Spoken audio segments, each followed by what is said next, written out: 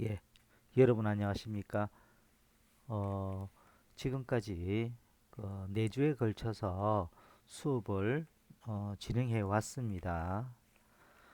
지금 이제 남아있는 부분 계속해서 강의를 하게 될 텐데, 지금 5장, 6장, 7장, 5장 역학, 6장 감염병에 대한 내용, 7장 비감염병에 대한 내용, 이런 세 장이 이어서 진행이 돼야 되는데, 제가 보기에는 이 세 챕터 같은 경우에는 여러분들 5월 달에 학교에 오셔서 저와 면대면 수업 때 하는 것이 더 효과적이다라고 제가 생각이 되어서 미리 그 세 개의 챕터에 대해서는 나중에 학교에 와서 음, 교실에서 직접 수업을 하는 걸로 하고요.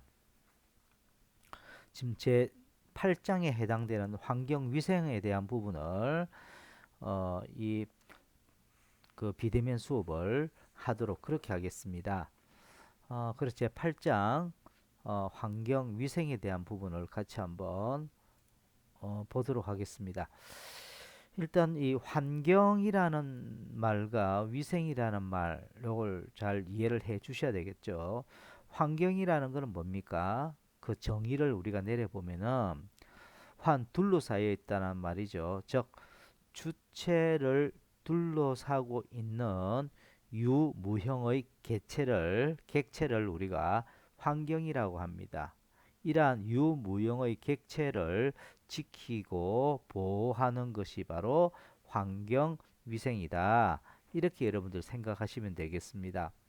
그래서 먼저 이 환경위생의 개념에서 이 환경위생이라는 것을 아까도 간단하게 제가 설명을 드렸지만 조금 더 풀어서 설명을 하게 되면, 그래서 저 세계보건기구인 WHO라는 데서는 어떻게 이러한 환경위생이라는 것을 정의 내렸냐면 다음과 같이 정의를 내렸습니다.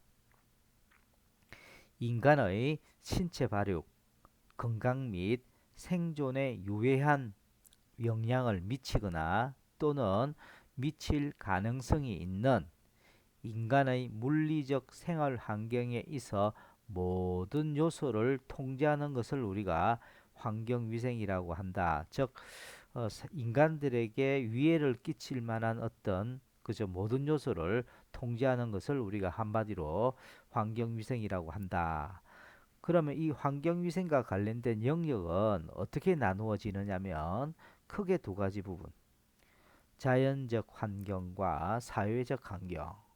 그래서 자연적 환경은 또다시 이 화학적 환경과 생물학적 환경. 사회적 환경은 인위적 환경과 사회적 환경. 이렇게 우리가 나누어진다라고 보시면 되겠습니다. 이건 여러분 그냥 참조해 보시면 될 것 같고요. 그 다음에 이제 기후와 온열 요소. 그래서 환경에 있어서 어, 반드시 그죠 들어가는, 빠지지 않고 들어가는 그런 내용이 되겠죠. 그래서 기후와 온열 요소 이렇게 되어 있는데, 먼저 기후, 우리가 기후라고 하는 것은 클라이밋이라고 이야기를 하죠. 기후의 정의, 이거부터 한번 내용을 보도록 하겠습니다. 기후를 어떻게 정의를 내렸는지. 어떤 지역, 뭐 어떤 지역이 있겠죠. 그 지역에 매년 반복이 되는 정상적인 대기 현상의 종합적인 상태를 우리가 기후라고 합니다. 그죠? 그래서 우리나라 대한민국 같은 경우에는 현재까지는 그렇죠. 사계절이 뚜렷한 그런 기후다라고 이야기하는 것이죠. 다음 기상, weather. 기상이라는 것이 뭐냐? 대기 중에 일어나는 물리적 어떤 자연 현상, 뭐 맑다든지 비가 온다든지 태풍이 분다든지 와 같은 것들이 이러한 물리적인 현상이 되겠죠. 이러한 것 등으로 인해서 날씨가 결정이 되죠. 이 기상이라고 하고, 일기는 뭡니까? 하루에 대한 어떤 대기 현상을 말하죠. 즉 어떤 지역에서 하루 동안 나타나는 대기 현상을 종합적으로 우리가 나타낸 것을 일기라고 합니다. 그래서 이처럼 이런 기상 현상에 영향을 미치는 요소가 뭐냐라는 것이죠. 그래서 기후에 영향을 미치는 3대 요소. 요거는 꼭 좀 알아두실 필요가 있죠. 기후에 영향을 미치는 3대 요소라고 하면 바로 기온 외워주시기 바랍니다. 기습, 기류, 기류입니다. 그래서 기온, 습도를 말하고 대기의 습도를 말하고 대기의 바람, 대기의 온도 이렇게 여러분들이 보시면 되겠습니다. 그래서 요 기후의 3대에서는 꼭 좀 외워주시면 좋겠다. 그 다음에 이러한 기후 요소에 영향을 미치는 요인을 우리가 기후 인자라고 합니다. climate factor라고 하는데, 즉 기후 요소에 영향을 미쳐서 기후의 변화를 일으키는 요인들을 우리가 기후 인자라고 하는데, 기후 인자는 다음과 같은 것들이 있습니다. 위도, 고도, 지형, 해류. 즉 이런 것들이 영향을 미쳐서 이러한 기온이나 기습이나 기류에 그죠? 영향을 끼친다라고 보시면 되겠습니다.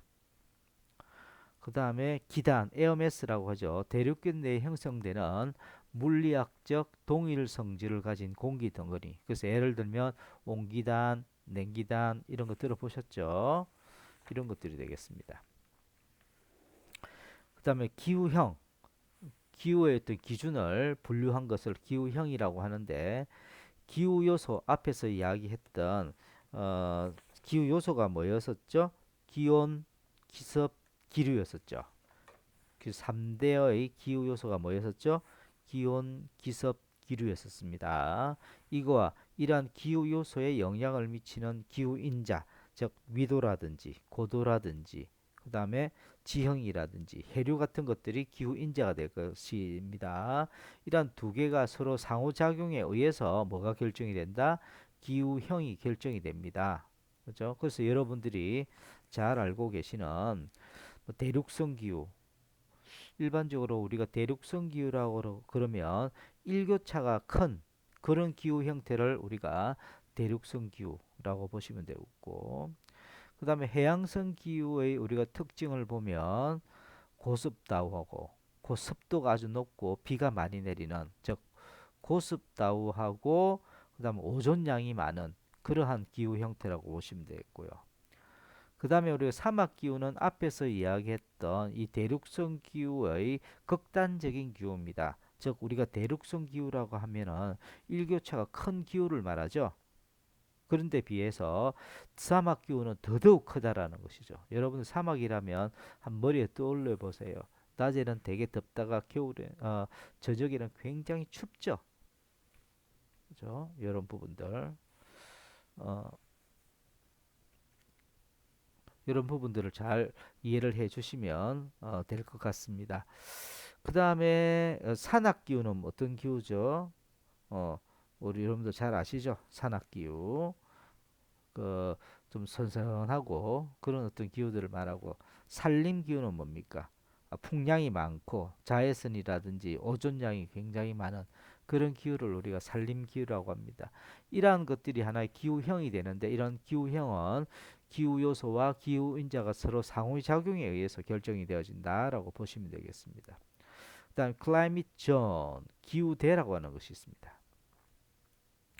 태양의 복사량에 따라서 기후 현상이 나타내는 연속 지역, 즉 우리가 흔히 이야기하는 온대 한 대를 나눌 때 위도 23.5도를 기준으로 해서 물리적인 어떤 기후대를 나누게 되죠.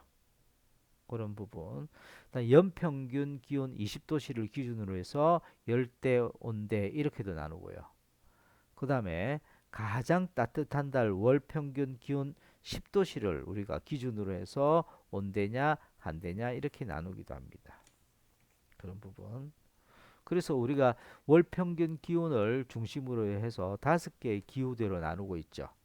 열대, 아열대, 온대, 한대, 극대 이렇게 역시 나눌 수 있다. 열대라고 하면 모든 달 평균 기온이 20도씨 이상. 그러니까 1년 12달 모두가 평균 기온이 20도 이상 되는 그런 지역을 우리가 열대 지역이라고 하고, 아열대는 뭡니까? 1년 12달 중에서 4달에서 11달 정도가 월 평균이 20도씨 이상. 그죠? 지역을 아열대라고 합니다. 온대, 뭐 한대 함축 봐주시기 바랍니다. 그 다음에 기후형과 기후대. 요것도 조금 여러분이 관심 있게 봐주셨으면 좋겠습니다.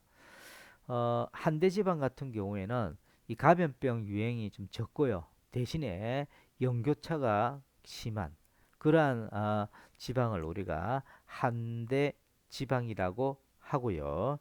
열대 지방은 뭡니까? 주로 곤충이 매개하는 그런 감염병이 많이 발생하는 그런 지방이 되겠죠.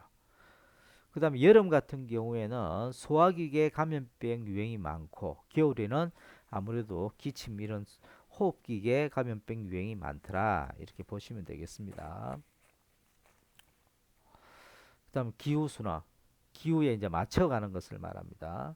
그래서 기후순화 부분 한번 보도록 할게요. 어클리매티제이션이라는 말인데 그 새로운 환경에 적용하기 위해서 자신을 변화시키는 현상, 다른 말로 순응 현상이라고도 하고 순화라고도 합니다. 그래서 이런 게 있다라고 그냥 이 부분은 그냥 참조만 해 주시기를 바랍니다. 어쨌든지 여기서 중요한 것은 순응 현상, 순화 이것이 무엇을 의미하는지. 순응 현상은 새로운 환경에 적응하기 위해 자신을 변화시키는 현상을 우리가 순응 또는 순화라고 합니다. 그죠? 그래서 이거는 좀 장기적인 어떤 부분이라고 보시면 되겠고요. 적응이라는 말이 또 비교가 됩니다. 적응, 어답테이션, 일시적인 경우죠. 그래서 환경의 변동이 미미하거나 일시적일 경우에 체내 변화를 보였다가 원상으로 복귀되는.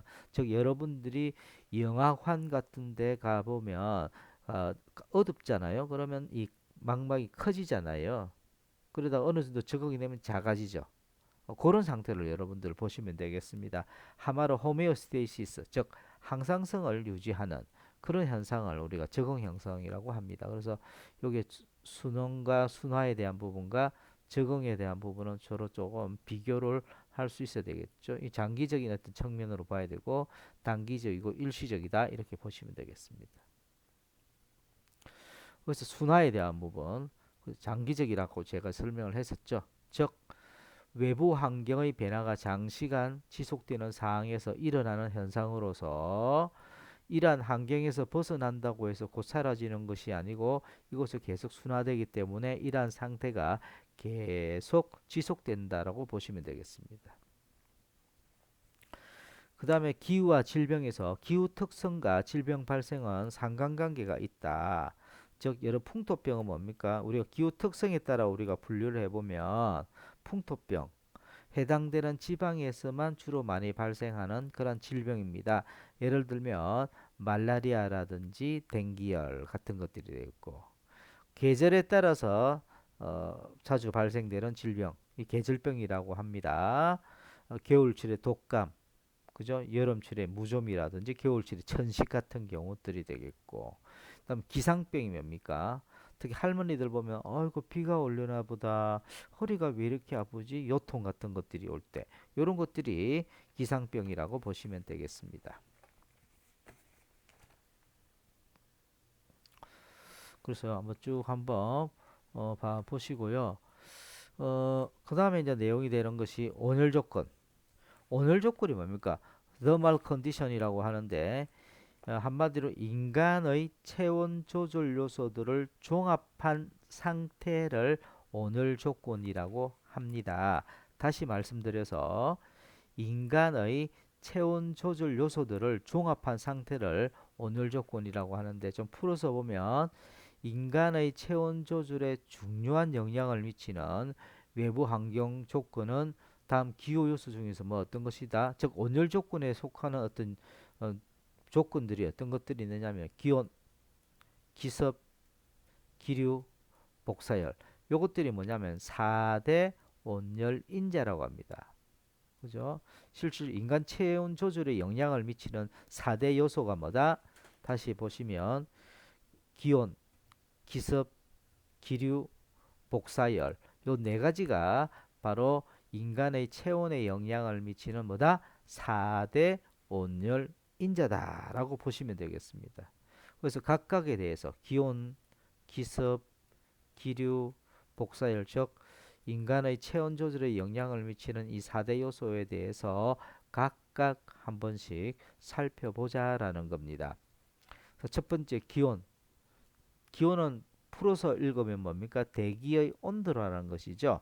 그래서 air temperature이라고 하는 것인데 대기 온도는 지표면에서 1.5m 정도 높이에서 우리가 측정한 그런 온도를 우리가 대기 온도라고 합니다. 보통 100m 상승할 때마다 보통 0.6에서 한 1도씨가 감소한다고 합니다. 그래서 여러분들 산에 올라가실 때 산 밑에서는 어떻게 돼? 좀 따뜻하다가 더 산에 어느 정도 높이 올라오면 좀 추움을 느낄 수 있죠. 뭐 그런 어떤 현상이라고 보시면 되겠습니다. 그다음에 이 대기 온도를 보통 잴 때 여러분들 초등학교 다닐 때 운동장에 보시면 하얗게 해서 집처럼 쫓겨나게 만들어서 그 안에 뭐가 있죠? 온도계가 있잖아요. 그 온도계가 뭐냐면 바로 이 대기 온도를 재는 그러한 온도계라고 보시면 되겠습니다. 그런 하얗게 생긴 게 뭐냐? 백엽상이라고 하는 것이죠. 대기권 어떤 기온에 대해서는요. 보통 지상 대기권이라고 하면 지상 12km까지를 보통 대기권이라고 합니다. 대기권 내에서는요, 100m 상승할 때마다 0.6도씨에서 1도씨 정도가 100m마다 감소한다고 합니다. 반면에 성층권에서는 오히려 올라갈 때마다 온도가 증가하는 것을 보실 수가 있습니다. 그래서 보통 우리가 대기권에서는 온도가 상승함 고도가 올라갈수록 그죠? 어, 온도가 떨어지는 것을 알 수 있고 성층권에서는 고도가 올라갈수록 온도가 올라가는 것을 알 수가 있다라고 보시면 되겠습니다. 그다음에 일교차. 일교차는 하루의 온도의 그런 차이를 이야기를 하는데 언제일까요? 언제가 가장 최저 기온은 언제고 최고 기온은 언제일까요? 우리가 보통 이야기할 때 한번 봅시다. 보통 우리가 일교차를 이야기를 할 때 최저 기온일 때는 언제냐면요. 해 뜨기 30분 전이 가장 온도가 낮다고 합니다. 그러니까 다른 말로 일출 30분 전에 보통 최저 기온일 때이고요. 반대로 최고 기온일 때가 몇 시일까요? 오후 2시쯤입니다. 그래서 일출 30분 전과 오후 2시경 그 온도 차이를 우리가 일교차라고 이야기를 합니다. 연교차는 아시죠? 여름일 때가 가장 따뜻하고 겨울일 때 가장 춥죠? 그런 게 되겠습니다. 실내의 적정 온도는 18도씨 플러스 마이너스 2도씨. 이것 좀 외워주시기 바랍니다.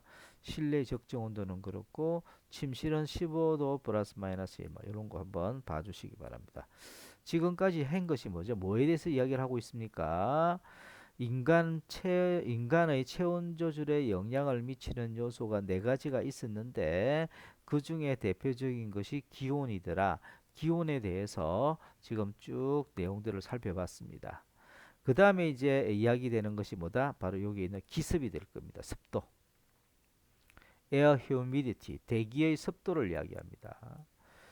이 내용은 일정 온도의 공기 중에 포함할 수 있는 수증기량을 우리가 기습이라고 하는데 이 기습을 측정할 수 있는 단위가 뭐 어떻게 되느냐면 g이라든지 그죠? 미리미리 Hg 그죠? 미리 Hg 요 두 개가 뭐가 된다? 이 실제 습도를 재는 단위가 됩니다. 그래서 요 내용도 한번 봅시다. 기습은 대기의 습도는 낮에는 태양열을 흡수하고 그죠? 낮에는 태양열을 흡수하고 습도가 그죠? 흡수하고 밤에는 지열 복사를 방지해서 기후를 완화 조절하는 그런 기능을 담당하는 것이 바로 기습이다. 이렇게 보시면 되겠고요. 공기 중의 건습 상태 표시, 뭐 포화습도, 비거습도, 포차 이런 것들이 사용되는데 먼저 포화습도라는 것이 뭐냐라는 거죠. 포화라는 것은 습도가 꽉 찼다라는 것이죠. 여기 보시면 일정 양의 공기가 함유할 수 있는 수증기량의 한계에 달했을 때, 예를 들어 공기가 이만큼 있으면 이 공기 안에 이런 수증기가 가득, 따라서 더 이상 수증기가 머물지 못할 그런 상태를 우리가 포화 상태라고 하는데, 꽉 찼다라는 것이죠. 습기가 꽉 찼다라는 거예요. 그런데 포화 습도라고 하는 것은 포화 상태에 꽉 찼을 때, 일정 공기량의 습도가 꽉 찼을 때 이때 포함되어 있는 수증기량을 우리가 포화 습도라고 합니다. 그래서 미리 Hg라고 하죠. 그래서 이 포화 습도도 절대 습도가 있고 상대 습도가 있거든요. 절대 습도는 현재 공기 1세제곱미터, 그림을 뭐 대충 그려보면 이렇게 되겠죠. 그죠? 아이고, 그림이 조금 이상하네요. 그죠? 이게 1, 1m, 1m, 그죠? 여기 1m 이렇게 되겠죠? 요 안에 그죠? 얼마만큼의 수증기량이 들어가 있느냐? 여기에 들어가 있는 수증기량을 뭐다? 절대 습도라고 합니다. 그죠? 그다음에 상대 습도라는 것이 있는데, 이거 비교 습도라고도 합니다. 습도 측정에서 가장 많이 사용이 되고, 요거는 뭐냐면 1, 아까 제가 그랬었죠. 이렇게 뭐 그림이 좀 그렇네요. 이렇게 그렸다. 그죠? 1, 1, 1, 그죠? 1세제곱미터 포화 상태, 요 안에 수증기량이 한계에 다다라서 꽉 찼을 때 거기에 들어가 있는 수증기량을 우리가 대문자 F라고 하고, 그런데 실제 꽉 찼을 때 양은 대문자 F인데 거기에 실제 얼마만큼 들어가 있느냐면 소문자 F만큼 들어가 있는 거예요. 그죠? 그랬을 때 그 비를 퍼센트라고 합니다. 예를 들어서 꽉 포화 상태일 때, 예를 들어서 100g이에요. 만약에 1세제곱미터에 수증기량이 꽉 찼을 때는 100g인데, 그죠? 현재 절대 습도가 얼마다? 절대 습도가 현재 얼마냐면 40g이다. 고 하면 비교 습도가 얼마 되느냐, 상대 습도가 어떻게 되냐는 거죠. 어떻게 됩니까? 100분의, 그죠? 절대 습도 값 40 곱하기 100이 됩니다. 그러면 결과값이 어떻게 됩니까? 짝짝 날아가고 얼마? 40이 되죠. 정확하게 이야기하면 40%입니다. 즉 상대 습도는 40%가 되겠죠. 이렇게 계산하는 것이다.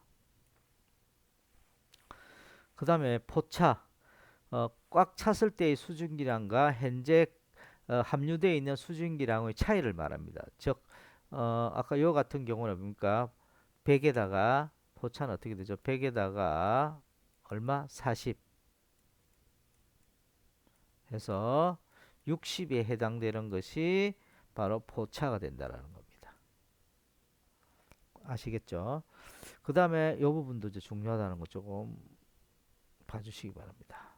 보건학적으로 우리가 어, 어, 적정한 습도는요. 여기 보면 상대 습도를 말합니다. 상대 습도는 40에서 70%가 적당합니다. 이거 꼭 좀 외워주시기 바랍니다. 보건학적으로 아주 적당한 습도의 범위는 40에서 70%인데 만약에 이 습도보다 높을 경우, 예를 들어 절대 습도가 80%, 90% 이렇게 되면요, 우리 사람에게는요 피부 질환에 걸리기가 쉽고, 오히려 건조하게 되면은, 즉 40% 미만이 되게 되면 호흡기 질환에 걸리기 쉽다. 이것도 꼭 좀 외워주시기를 부탁드립니다. 지금 한 것이 뭡니까? 인간의 체온 조절에 영향을 미치는 4대 요소가 기온, 기습, 기류, 복사율이었는데, 앞에 우리가 기온에 대해서 공부를 했고요. 이전 시간에 기습에 대해서 공부를 했습니다. 이번에는 기류입니다. 기류, 에어 무브먼트, 그죠? 대기의 바람이라고 보시면 되겠습니다. 이 대기의 바람은 어떻게 우리가 기류가 어떻게 발생이 되느냐면, 기압의 차, 또는 기온의 차, 우리가 흔히 이야기하는 기압의 차 같은 경우 실외에서 기압의 차에 의해서 바람이 형성이 된다. 이렇게 보시면 되겠고요.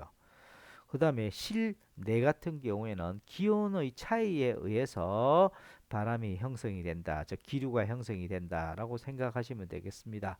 그래서 이 기류의 강도를 표시하는 그러한 단위는 미터 퍼 세크 또는 노트라고 보시면 되겠습니다. 그래서 인체의 가장 중요한 작용은 뭐죠?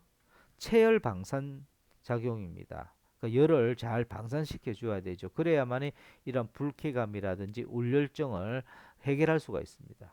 그래서 보통 실내 쾌적 기류는 이것도 외워주시기 바랍니다.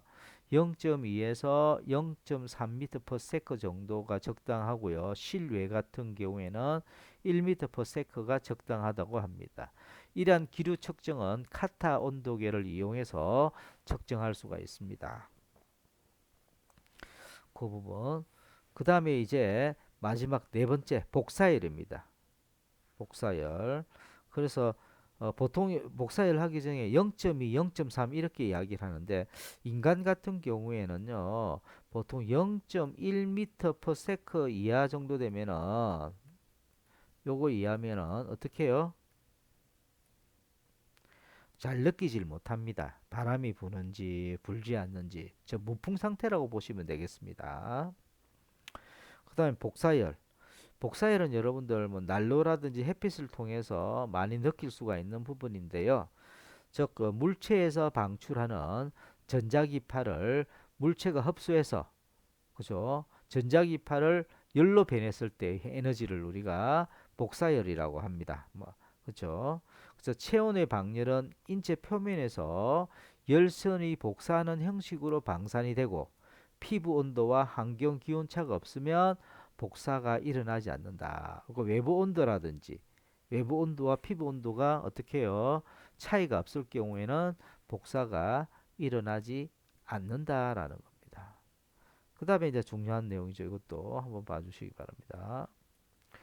피부 온도는 혈관이 축소하게 되면 피부 온도는 떨어집니다. 즉 하강한다라는 것이고, 그죠? 반대로 혈관이 확장하면 그죠? 어떻게 해요? 피부 온도가 상승을 해서 방산하게 된다라는 것이죠. 그것도 꼭 좀 외워주시기 바랍니다. 이러한 복사열 측정은 흑구 온도계를 이용해서 사용하게 된다라고 보시면 되겠습니다. 이렇게 잠시 쉬었다가 그다음에 체온 조절에 대한 부분부터 한번 공부해 보도록 하겠습니다. 잠시 쉬었다가 하도록 하겠습니다.